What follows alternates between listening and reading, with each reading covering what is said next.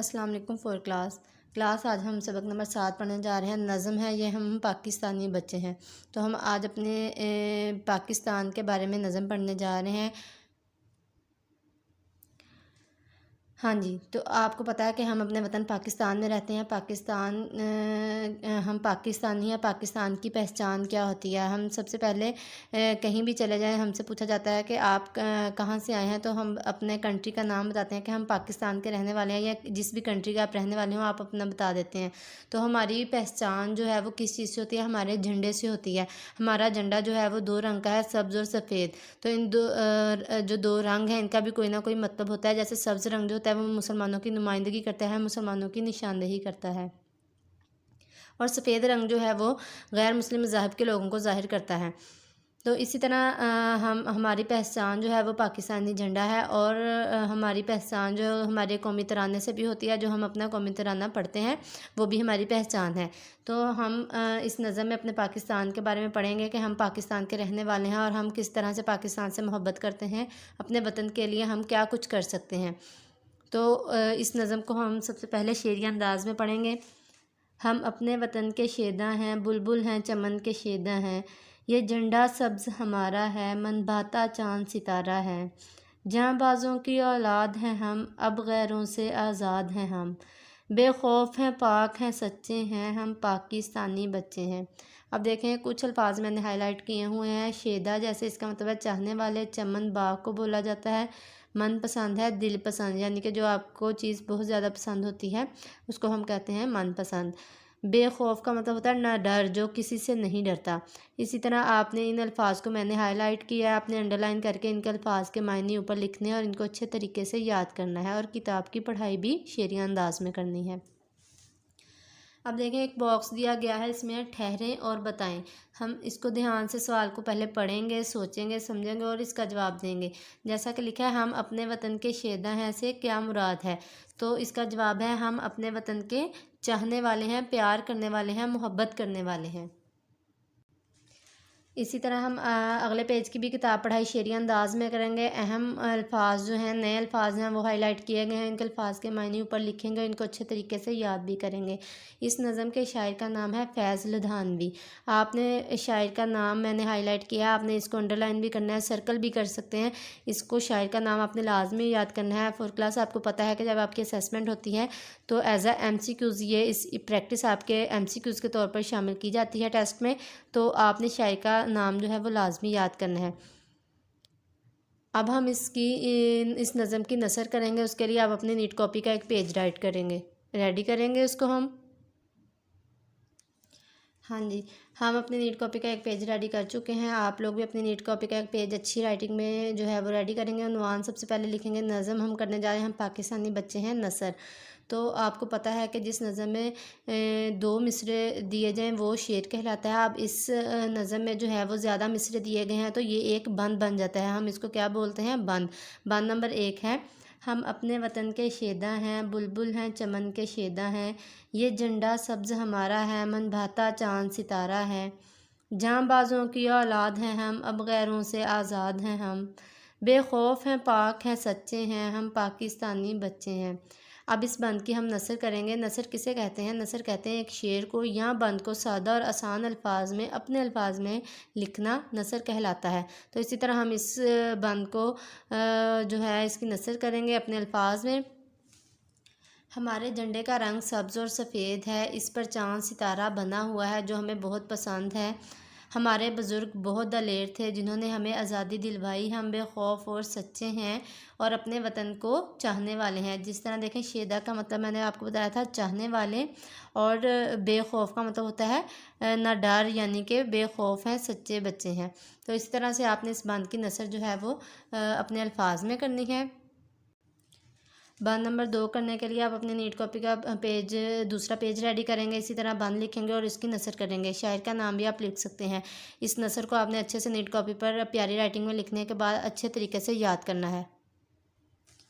اب ہم اس نظم کی مشق حل کرنے جا رہے ہیں۔ نئے الفاظ، سرگرمی نمبر 1 ہے الفاظ کے معنی سمجھیں اور جملے بنائیں۔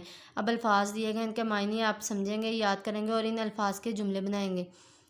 ظلم، سختی، ناانصافی، بے رحمی۔ تو ظلم کا جملہ آپ کیا بنائیں گے کہ ہمیں جانور پر ظلم نہیں کرنا چاہیے، ٹھیک ہے۔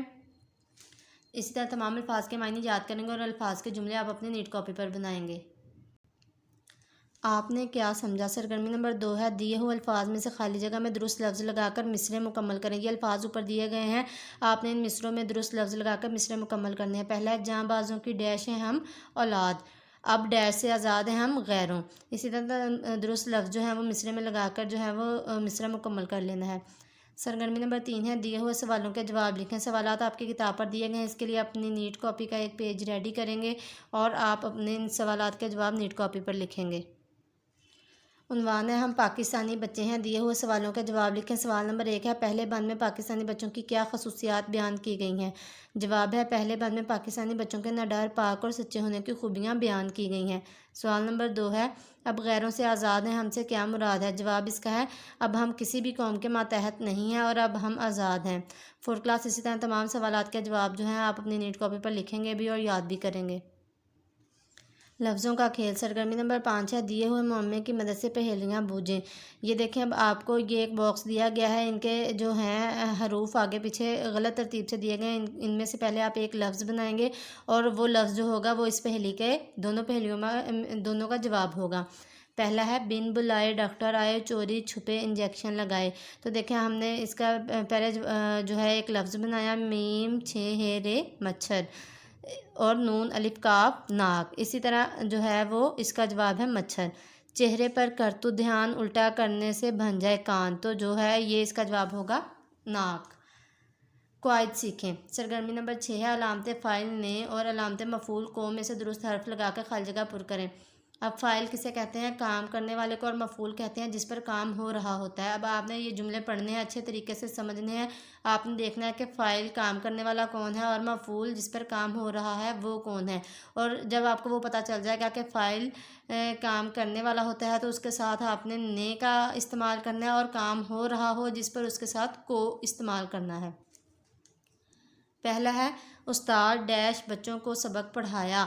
اب دیکھیں استاد کام کرنے والا ہے، سبق پڑھا رہا ہے۔ اب بچوں کو کون پڑھا رہا ہے؟ استاد۔ تو استاد کون ہے؟ کام کرنے والا یعنی کہ فاعل۔ تو علامت فاعل کے ساتھ میں نے آپ کو بتایا تھا کس کا استعمال کرنا ہے؟ نے۔ استاد نے بچوں کو سبق پڑھایا۔ احمد نے بلی ڈیش پکڑ لیا۔ اب دیکھیں بلی، احمد نے کس کو پکڑا؟ بلی کو۔ تو کس پر کام ہو رہا ہے؟ کس کو پکڑا جا رہا ہے؟ بلی کو۔ تو مفعول علامت مفعول کے ساتھ ہم نے کو لگانا ہے، ٹھیک ہے۔ اسی طرح تمام آپ نے اپنی سرگرمی کو علامت فاعل اور علامت مفعول کے ساتھ کا استعمال کرتے ہوئے درست حرف لگا کر خالی جگہ کو پر کرنا ہے۔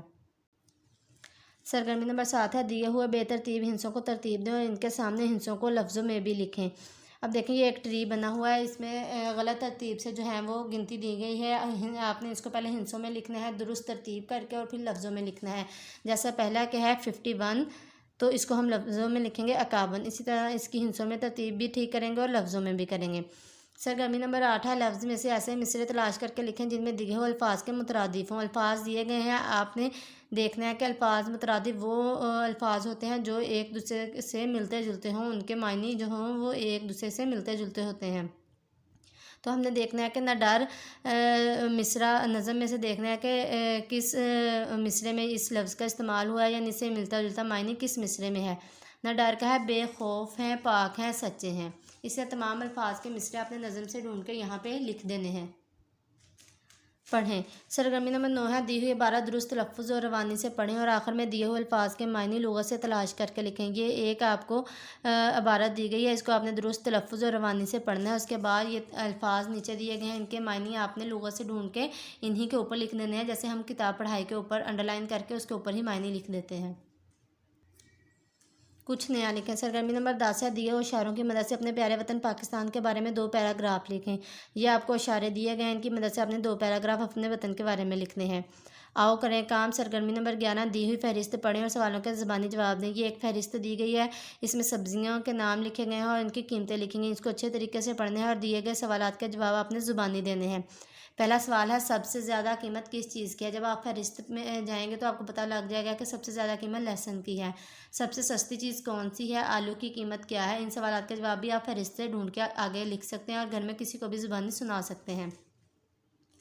سرگرمی نمبر 12 ہے میرا وطن پاکستان کے موضوع پر تقریر تیار کر کے کمرہ جماعت یا اسکول اسمبلی میں پیش کریں۔ تو اپنے وطن پر آپ تقریر بھی تیار کر سکتے ہیں۔